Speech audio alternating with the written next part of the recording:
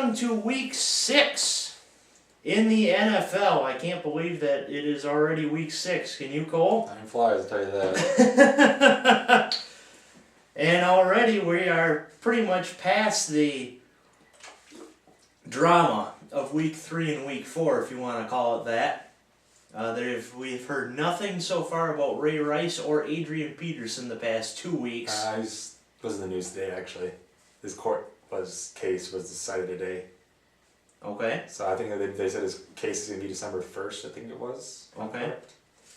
Which probably means that Adrian Peterson will be out for this season, as most of the NFL thought. And of course, with the absence of Adrian Peterson is the resurgence of your running back, Still can't pronounce his name. Matt Asiata. I can't remember Minnesota names. Vikings. That's all I know. And we will get to him eventually in this packed show we have this week. But I guess before we get started, let's go with the surprises and disappointments so far in the 2014 NFL season. What's a big surprise team in your opinion? I'm going Cleveland Browns. I believe they're playing, their records and show that they're playing that good, even though they are 2-2. But I believe right now they could be undefeated if they wanted to be. It just came too late in certain games to come back, or just didn't hold it up to the lead long enough at the end. So far, they, I believe, are the biggest surprise team right now in the NFL. They just keep showing every week that they are an elite team and possibly could be coming close to the division lead after coming up behind Cincinnati and Pittsburgh, who was up and down, it seems like. So it'll be interesting to see them through the rest of this season. Other surprise teams I have to look through here now.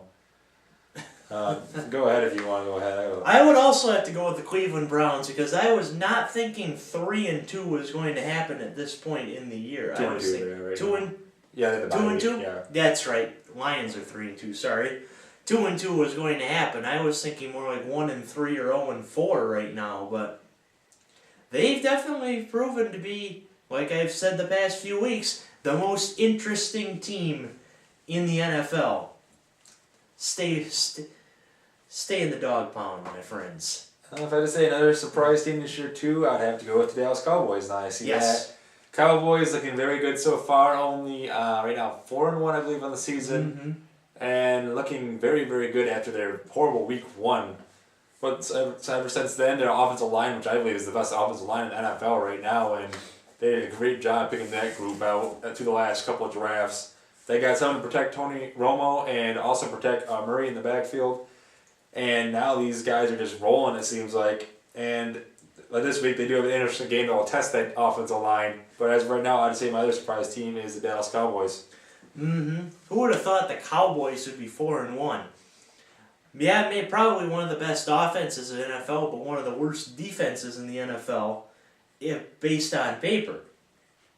Who would have thought 4-1 would have been possible? I was thinking more of 2-3 at this point was the way to go in this next game here coming up, which we'll talk about in our last segment, is going to be tough. Anyway, so I guess we both agree that the Browns and Cowboys are surprise teams. What are your disappointments? Right now, my 2 disappointments so far this year are actually the 2 teams that are playing each other this week. Chicago Bears is one of them. Right now, only 2-3 on the season. A team I thought was going to be at least maybe 4-1 at this point right now, because I thought this offense was going to be just clicking and just beating up on everybody. I mean, they have Jay Cutler, Jeffrey, I can't remember that. Alshon Jeffrey. Alshon Jeffrey, yeah. Brandon Marshall. And Mont Forte in the backfield. And that offense just should be very, very powerful. They have not shown it yet this season, as Jeffrey and Marshall both have been hurt this year, yes, but still they've had good games even though they have been hurt. So that's one of them. And the other team who they're playing this week is the Atlanta Falcons, another team that has a lot of threats on that offensive side. Just see if they can't get things going as well, as they've been losing some key games so far this season. So these two playing each other this week, it might be a big impact on maybe they're turning their season around. My 2 disappointments right now, and one of them is probably not too much of a surprise, but the Jags. I really thought that 6-10 was going to be a possibility this year for the Jags. They were there. They brought in 2 people from Seattle, Red Bryant being one of them, and they're still, like we all thought, 0-4, not looking like they're going to win a game, and just almost like the Michigan Wolverines, terrible. Who would have thought this? I was thinking more of like 1-3, maybe 2-2, but they're terrible. I don't know. Maybe they might have to move to 1 in the next couple of years. It's just awful. LA's looking for a team, so maybe that's it. Mm-hmm. And the other disappointment I'd have to go with, I guess it's going to be a tie between the Niners and the Bucks. The Niners haven't looked like themselves this year. Even though they started, and they usually don't get off to a great start under Harbaugh, they're the same as they were last year, but everybody's talking against Harbaugh, and it's looking like he's going to be gone after this year. They just don't look like themselves. Oh, they're talking about actually trading him. And the Bucks, I thought 8-8 was going to be a real possibility for the Bucks. Even though they've been better the past 2 weeks, they still have looked like the Bucks under Schiano. I hate to say it, but it just has been. So his 2 disappointments were? Schiano? No, your 2 disappointments. Oh, I already said it already. I did. I know, but... Chicago and Atlanta, sorry. There we go. Yeah. Chicago and Atlanta. Mine were Jacksonville and a tie between San Fran and the Bucks. Now we'll go to our picks. Thursday night game, an AFC South divisional rivalry. Houston against the Colts. Colts coming to this one, getting a little groove now. They have a 3-game winning streak going for them as Andrew Luck, who right now probably looks like the offensive MVP, playing great football, even though he's played some weak teams the 2 weeks, first 2 wins. Last week getting a good win against Baltimore. So the Colts looking pretty good right now, and Houston taking a loss to the Dallas Cowboys last week, and a very, very good game in the Battle of Texas. As this game right here, a battle for the lead in the AFC South, and I expect it to be a very, very good game. But I'm going to give this one to the Houston Texans. I believe they're going to win this one at home. I believe that running game for the Texans is going to push them past the Colts. And I expect J.J. Watt to get in the back for the Watt, who I believe right now is Defensive Player of the Year. So a battle between offensive and defensive players of the year going at it in this one. But I'm going to give the Houston Texans the win 24-21. There were a few games this week that are very tough to decide. And as Cole saw before the show, I had to flip a coin on 2 of them. This was not one of them. But I think this, and we said it the past few weeks, I think this will be the first close Thursday night football game. Of course, we've been saying that the past few weeks, and look what happened. But I think with the Colts' hot streak, I just don't really think the Texans are ready to compete for the South yet. They will get better, but just not right now. I got the Colts winning this one 31-24.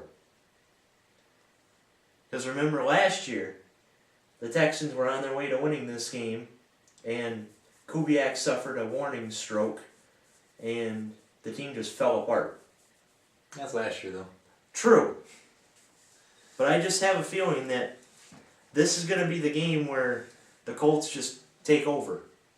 And I could be wrong, but then again, that's just me. AFC Eastern Divisional rivalry, which proves to be more interesting after last week. Buffalo against New England. New England coming in this one, after a very, very impressive win, after it looks like that offense is just going to collapse. They finally showed up for the first time, I believe, this year, and a very, very impressive win over Cincinnati.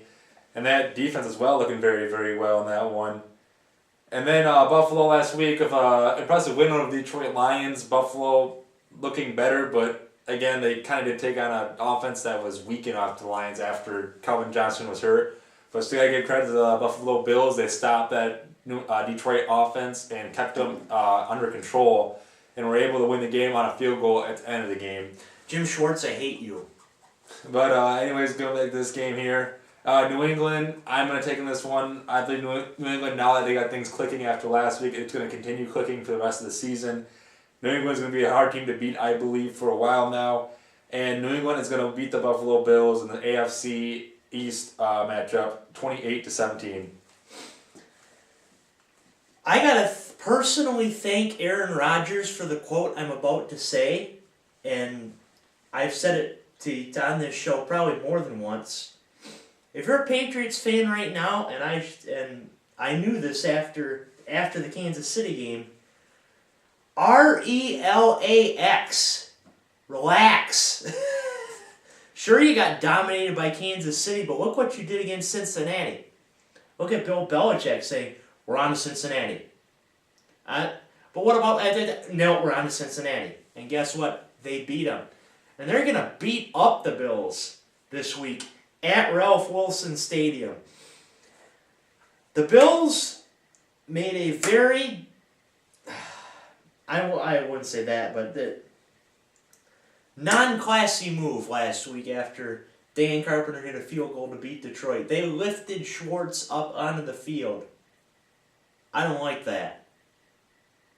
Jim Schwartz, beating up the Detroit Lions since 2008.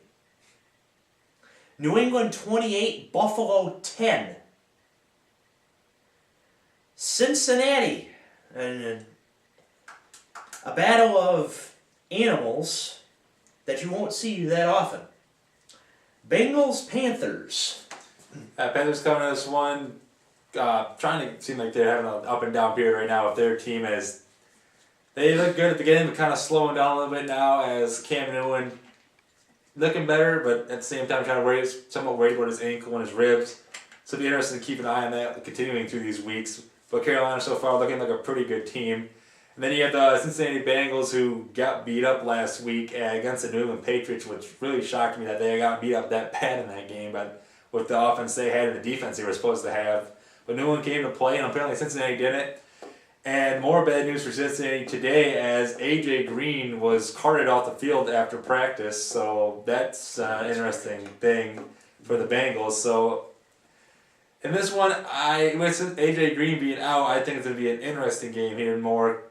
But I'm going to give the win to Carolina. I just believe without A.J. Greene, Carolina's going to take advantage of that. And the Panthers, Cam Newton is going to have a good game in this one. And once again, I believe the Cincinnati defense is going to beat up. I'm going to take the Panthers in this one, 27-17. I really think the Bengals are mad right now because seeing the Patriots game last week against Kansas City, the Bengals very well knew that they should have beaten up the Patriots on both sides of the ball. But the Patriots did that to them. Sure, A.J. Greene is out. I didn't even realize that before picking the game, but I'm still going to go with my pick, even though Greene is probably out the rest of the year. Maybe. Dalton is going to have Mohamed Sanu as his main target, and Giovanni Bernard is going to get a lot of touches. And since Carolina is having an up and down year, and they just had an upswing, I think Cincinnati is going to come into this game mad, and they're going to beat up the Panthers 27-10. Call me nuts, but this season has been just that, hasn't it? Even Cole's thinking, "Are you nuts?" Well, no, I'm not that's my that pick. at all. Don't worry. Segment 2 coming up next.